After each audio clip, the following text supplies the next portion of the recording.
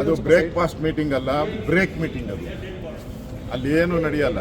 ಅಲ್ಲಿ ಇಡ್ಲಿನೂ ಇಲ್ಲ, ದೋಸೆನೂ ಇಲ್ಲ, ಉಪ್ಪಿಟ್ಟು ಇಲ್ಲ, ಬರೀ ಜಗಳ ಬಿಟ್ಟರೆ ಏನೂ ಆಗಲ್ಲ. ಇಲ್ಲಿ ನೋಡಿ, ಅದು ಮುಖ್ಯಮಂತ್ರಿ ಪದವಿ ಬಿಡುವಂಥದ್ದು.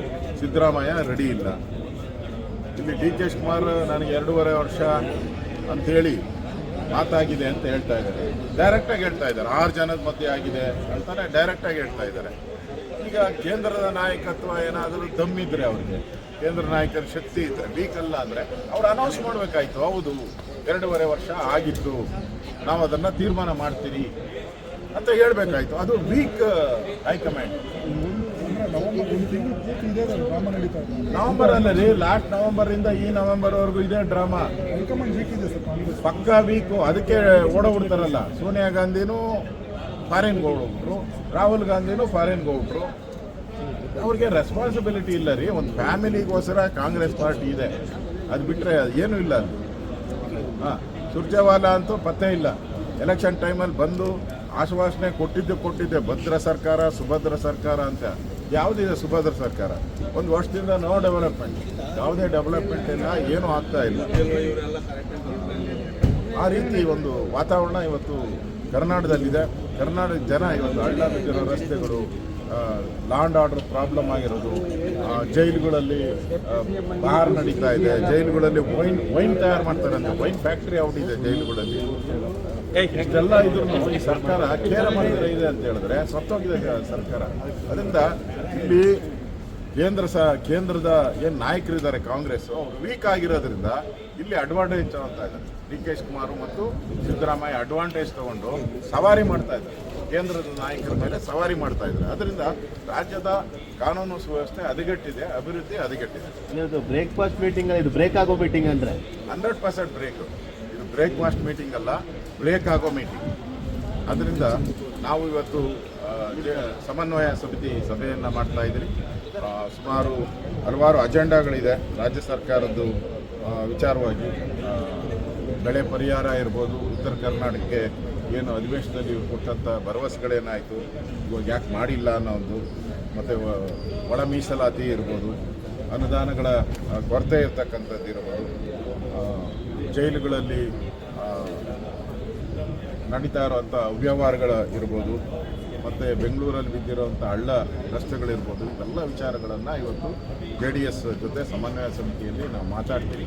ಅವ್ರದ್ದು ಕೆಲವು ವಿಚಾರಗಳಿದೆ, ಅವೆಲ್ಲವನ್ನು ಒಟ್ಟಿಗೆ ಸೇರಿಸಿ ನಾವು JDS ಎರಡನ್ನೂ ಕೂಡ ವಿಧಾನಸಭಾ ಅಧಿವೇಶನದಲ್ಲಿ ಹೋರಾಟ ಮಾಡೋಕ್ಕೆ ಮಾಡ್ತಾ ಇದ್ದೀವಿ. ಕುಮಾರಸ್ವಾಮಿಯವರು ಕೂಡ ಬರ್ತಾ ಇದ್ದಾರೆ.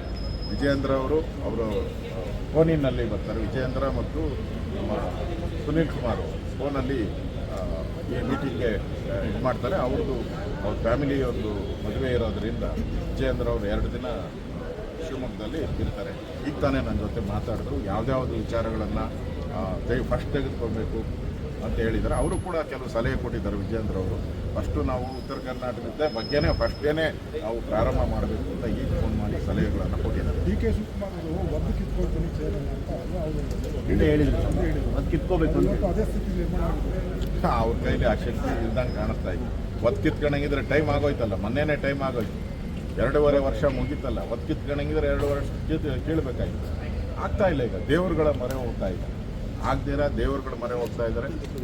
MLAಗಳೆಲ್ಲ ಗ್ರೂಪ್ ಆಗಿ ಬೆಂಗಳೂರು ಸುತ್ತಮುತ್ತ ರೆಸಾರ್ಟ್ಗಳೆಲ್ಲ ತುಂಬೋಗಿದೆ.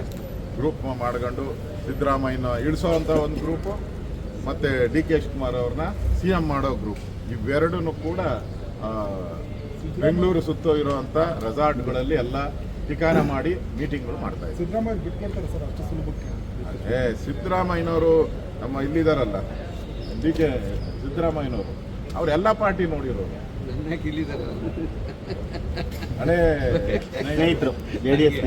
ಅವರು JDS ನೋಡಿದ್ದಾರೆ, ಬೇರೆ ಪಾರ್ಟಿನೂ ನೋಡಿದ್ದಾರೆ, ಕಾಂಗ್ರೆಸ್ ನೋಡಿದ್ದಾರೆ. ಅವ್ರಿಗೆ ಅನುಭವ ಜಾಸ್ತಿ, ಓವರ್ ಅನುಭವ ಇರೋದ್ರಿಂದ, ಅಗಾಧವಾದ ಅನುಭವ ಇರೋದ್ರಿಂದ ಬಿಟ್ಕೊಡೋದು ಕಷ್ಟ.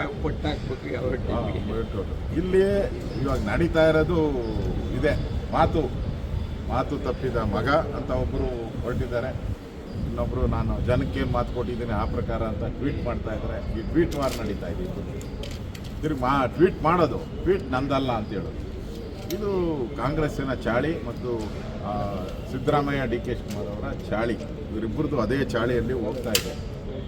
ಜನಕ್ಕೆ ಮುಖಾಮುಖ ಬರಲ್ಲ, ಇವರು ಟ್ವೀಟ್ಗಳಲ್ಲೇ ಹೊಡೆದಾಡೋ ಅಂಥದ್ದನ್ನು ನಾನು ನೋಡ್ತೀನಿ. ಟ್ವೀಟ್ ವಾರ್, ಸಿ ಎಮ್ ಮತ್ತು ಡಿ ಸಿ ಎಮ್ ಮಧ್ಯೆ ಟ್ವೀಟ್ ವಾರ್ ನಡೀತಾ ಇದೆ.